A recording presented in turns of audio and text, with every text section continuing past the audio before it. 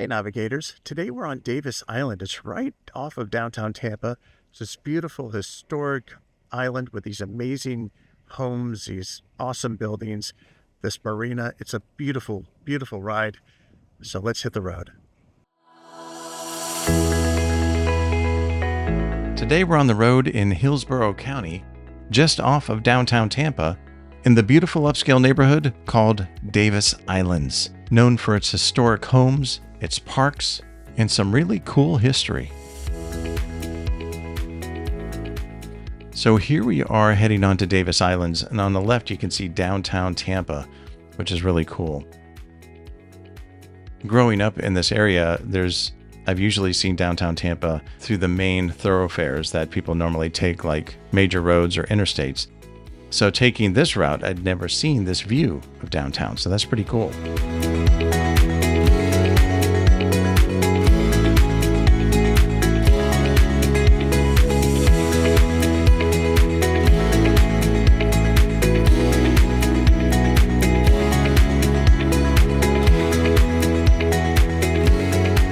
Davis Islands was created by a guy named David Paul Davis. No surprise there. He was born in Green Cove Springs, Florida. I've never heard of that place. He was born there in 1885. He grew up, got married, moved to Miami, where he learned about using dredging to create or fill in islands. So when he returned back to Tampa in 1924 during the Florida land boom, he focused his attention on these two small islands in Hillsborough Bay, and he dredged the sand from the bottom of the bay to enlarge them and shape them. They were originally called Little Grassy Key and Big Grassy Key, and through the dredging process, they became known as Davis Islands. So before the end of that year, in October of 1924, he began to sell lots on these islands, and within 3 hours, he sold 300 of them for a total of $1.6 million. Now, his personal cut of the sales of that was about $85,000, which in today's money is equivalent to $1.6 million. And that's not bad for a day's work.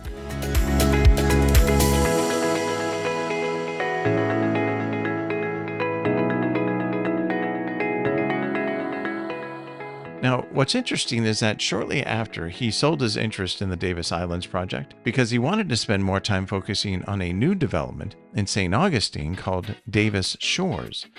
But he died under mysterious circumstances on October 13th, 1926. So he never really got to see the Davis Islands come to fruition.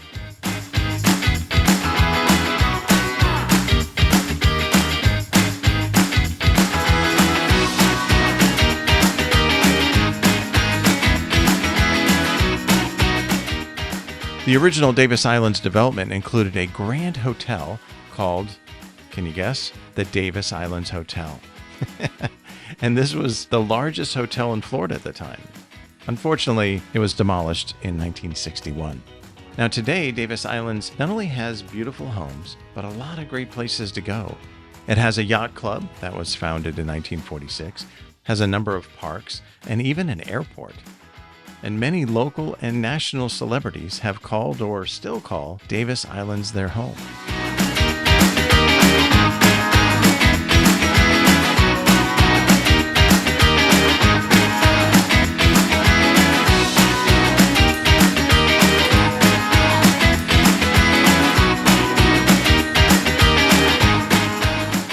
You know, I love riding my Navi. I really do. It's very relaxing for me. One of the reasons I have this channel is to keep myself accountable and making riding my Navi a priority so that I would take the time to relax.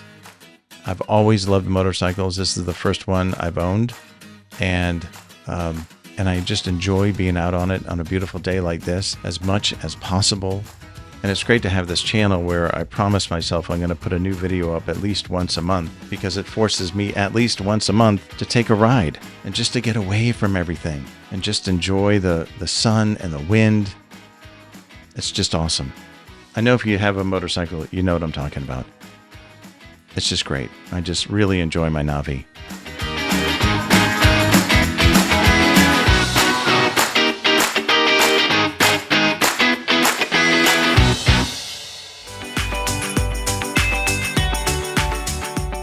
If you could take a minute, just remember to feed the algorithms. Algo, the alligator here, he needs to be fed. And the way you can feed him is through the things that the platform cares about, which is interaction, whether that's clicking on thumbs ups or commenting or subscribing or whatever. My goal is to get to 100 subscribers as soon as possible. So if that's something you don't mind doing, go ahead. If you'd like me to go anywhere in Florida and take a ride through there and put it online here, just let me know in the comments. And if I can go there, I will. So I appreciate when you feed the algorithms because, as we know, the technical overlords are mining the data to see how valuable this content is. And through these simple steps, you can express that to them. So thanks.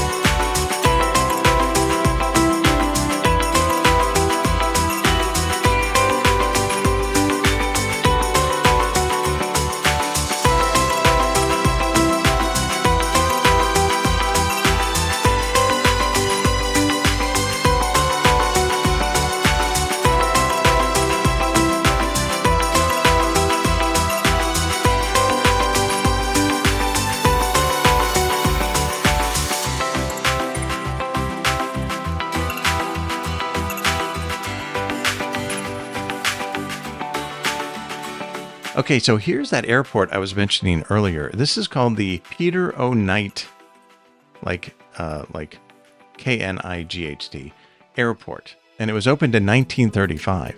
And this was Tampa's first municipal airport, and it was named after a prominent civic leader at the time.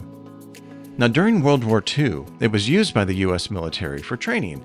And what's interesting is that because of the military use of the airport at the time, the commercial travel, which would normally go through this airport, had to be moved to another airfield called Thru Field. And that eventually became Tampa International Airport. Isn't that cool?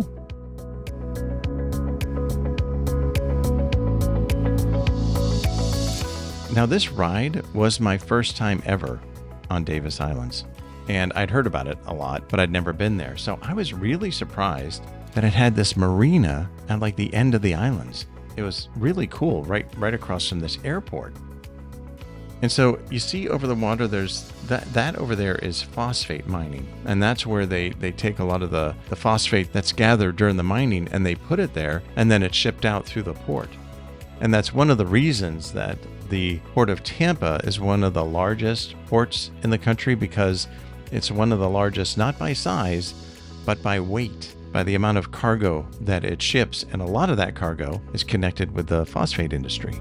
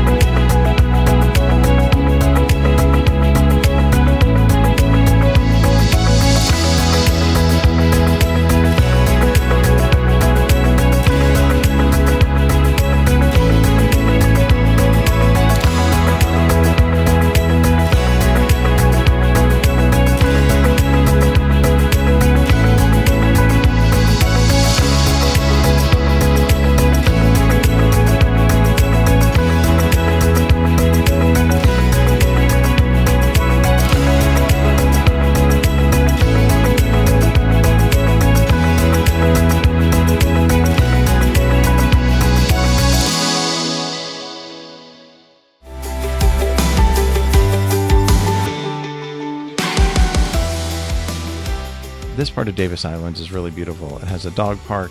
It has a human park.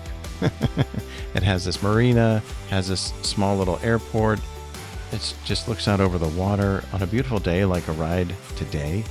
It's just amazing.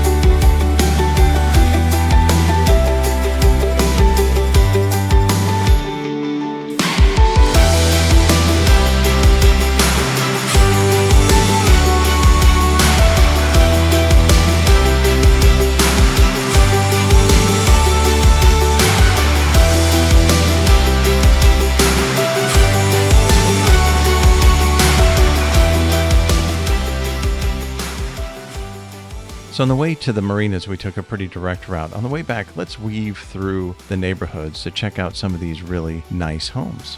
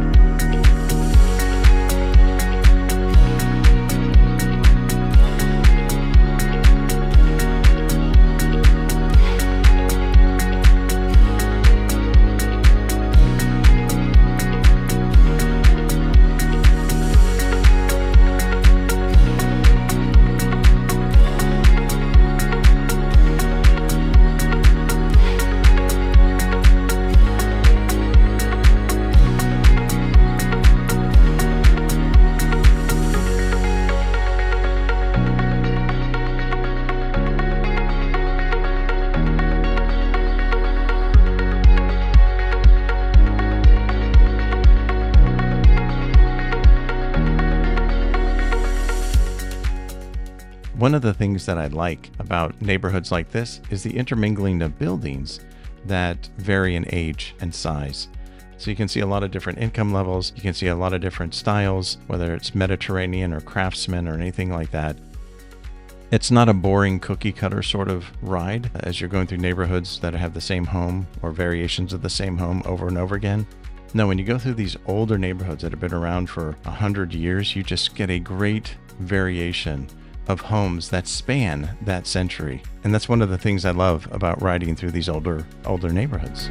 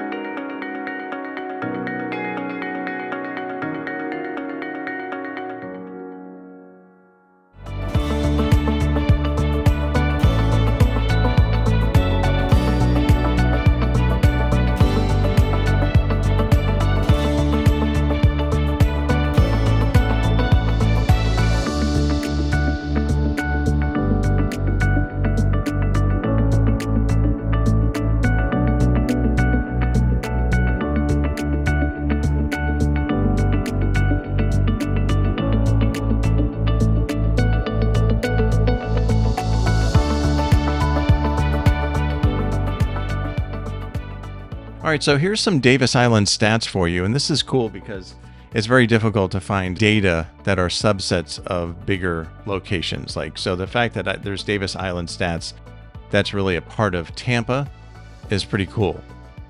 On Davis Islands, there's about 5,800 people living in about 2,500 homes. And the median home value, are you ready? It's $1.7 million. And that is more valuable than almost 97% of all the neighborhoods in the U.S. And it's just off of downtown Tampa. Most of the homes were built between 1940 and 1969. Now with the population, 93% are white, 3% are Asian, 2% are black, and less than 1% are Native American.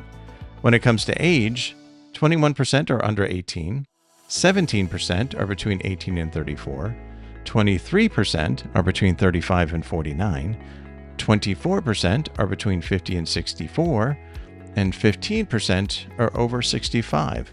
So that's a pretty good distribution.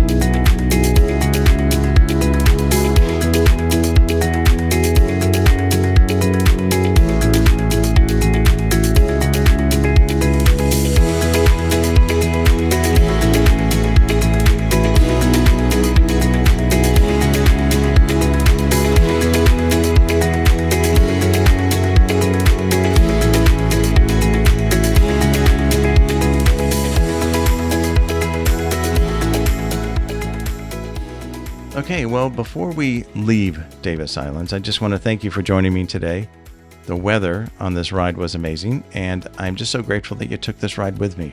Remember, when you're out there on the road, be safe, be kind, and be generous. Again, thank you so much for joining me, and I'll see you guys next time.